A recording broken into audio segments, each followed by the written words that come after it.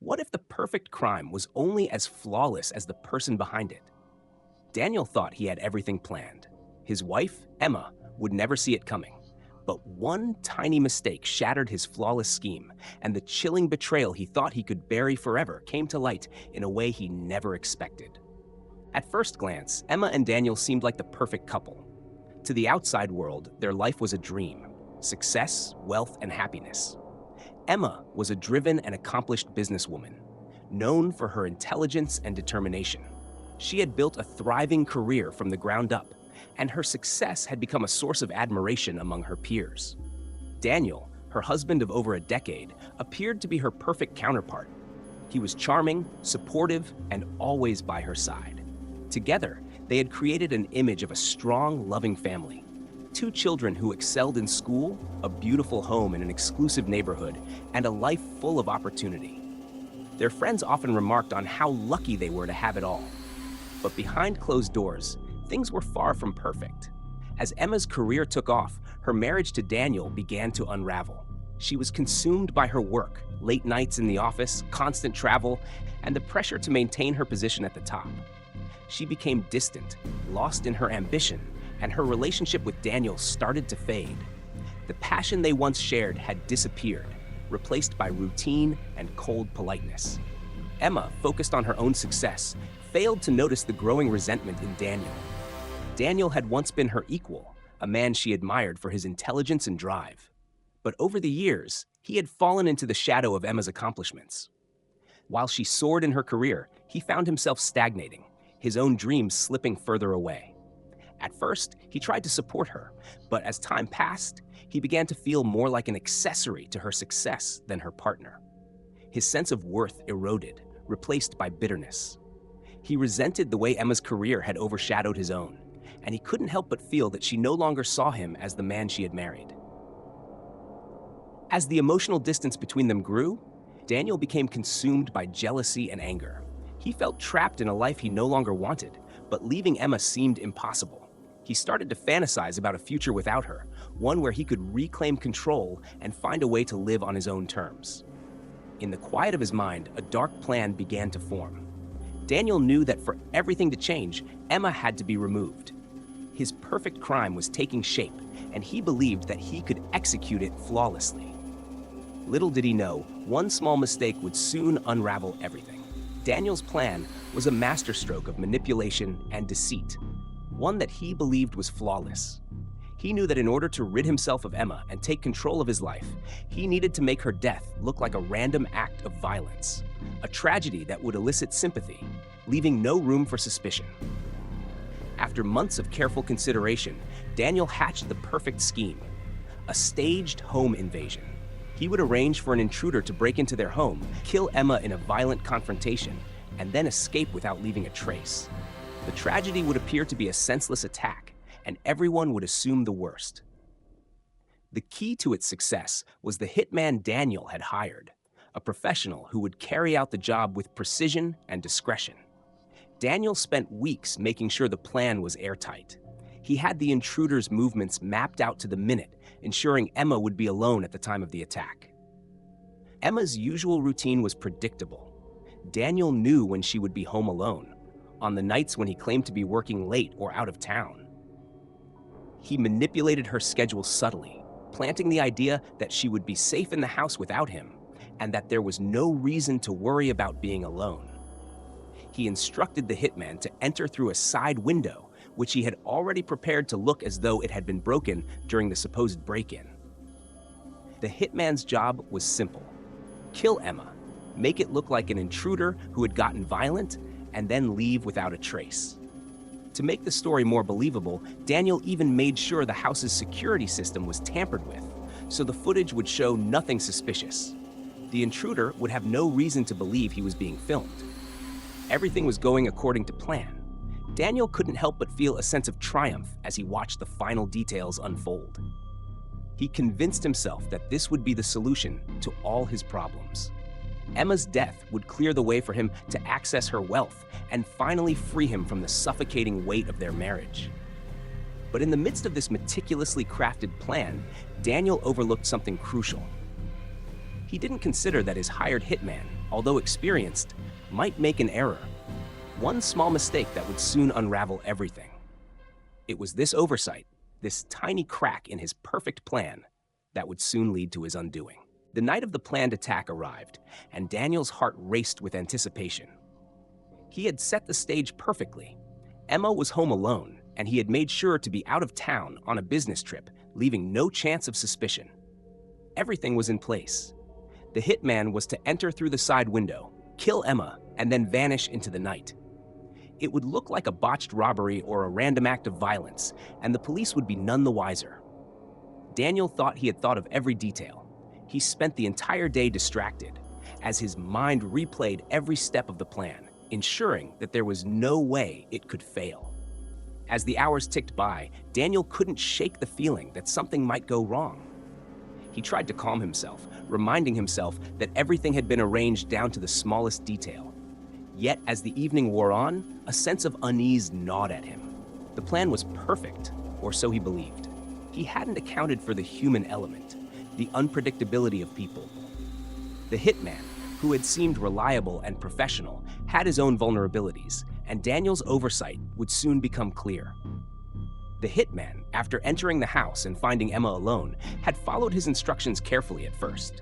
But in his haste, and perhaps due to the adrenaline rush, he made a critical error. He left a fingerprint on the broken window. It was a mistake that seemed insignificant, almost trivial, yet it would prove to be the one flaw that would expose Daniel's plot. The hitman, too focused on completing the job and getting out, didn't think to clean the window or check for any traces of his presence. It was a small thing, a fingerprint, but one that would soon be the key to unraveling everything. Daniel, oblivious to the mistake, continued with his plans as if nothing could go wrong. He had already started working on his alibi, making sure to check in with friends and colleagues to confirm that he was far away from the crime scene. But as the night drew to a close and the authorities began their investigation, that one fingerprint became the first crack in his perfect crime. The police were quick to notice the discrepancy. There was no way Emma could have left it herself, and the intruder's fingerprints didn't match any known suspects.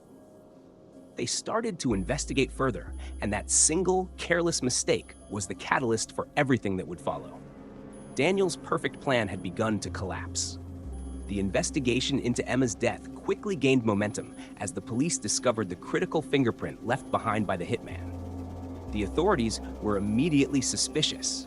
If the crime was truly a random home invasion, then how could an unknown assailant have left behind such a distinct piece of evidence? The fingerprint didn't match Emma's, and it certainly didn't match any known criminal. This small clue was enough to raise red flags, and the police immediately began to focus their attention on the possibility that someone close to Emma, someone with intimate knowledge of the home, was involved. As the detectives delved deeper into the case, they began to piece together inconsistencies in the story.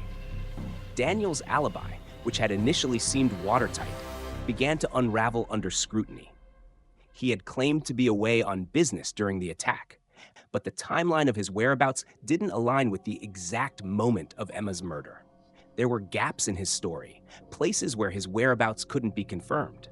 Furthermore, the detectives found that Daniel had been unusually calm in the days following his wife's death. Too calm, in fact. While most grieving spouses exhibit visible signs of distress or confusion, Daniel appeared almost emotionless. He was quick to arrange funeral plans and even began discussing the division of Emma's assets in ways that made others uncomfortable. As the investigators dug into Daniel's financials, they uncovered a troubling truth. He had been in serious debt for years. His lavish lifestyle, once funded by Emma's success, was no longer sustainable. Daniel had been living far beyond his means, and it seemed that his financial troubles had been escalating. The detectives also learned that he had been making life insurance policy changes in the months leading up to Emma's death, increasing her coverage and naming himself as the primary beneficiary. The timing of these changes, combined with his lack of emotion, made it clear to the detectives that Daniel had much more to gain from his wife's death than a simple inheritance. The pieces were starting to fall into place. The fingerprint, the financial records, and Daniel's erratic behavior all pointed to one thing. He had orchestrated his wife's murder. The detectives now had enough to confront him, and they wasted no time. With the weight of the evidence mounting against him, Daniel's perfect plan was quickly becoming a nightmare, and the realization that his life was about to crumble began to set in. He could no longer hide behind his facade. The truth was coming out, and it was only a matter of time before he was exposed. The detectives were relentless. With mounting evidence and an unyielding drive for the truth, they finally confronted Daniel. His carefully constructed facade of innocence began to crumble under the weight of their questions. Initially, he stuck to his story, the perfect alibi, the heartbroken husband devastated by the loss of his wife. But the more the detectives pressed, the more his composure began to crack. His answers became less convincing, and the lie that had once seemed so flawless began to falter.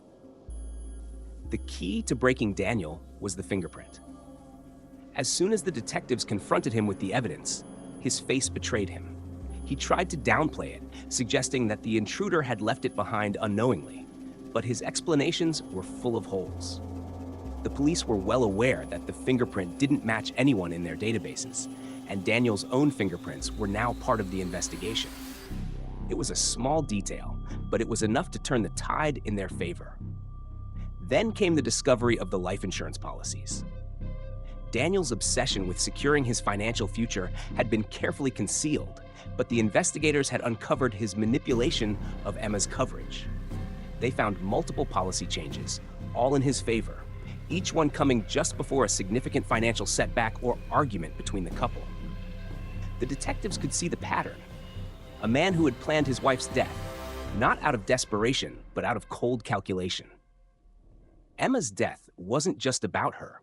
It was about Daniel's desire to escape the life he had grown to resent and to start anew with the fortune that would be left behind. Faced with this overwhelming evidence, Daniel finally snapped.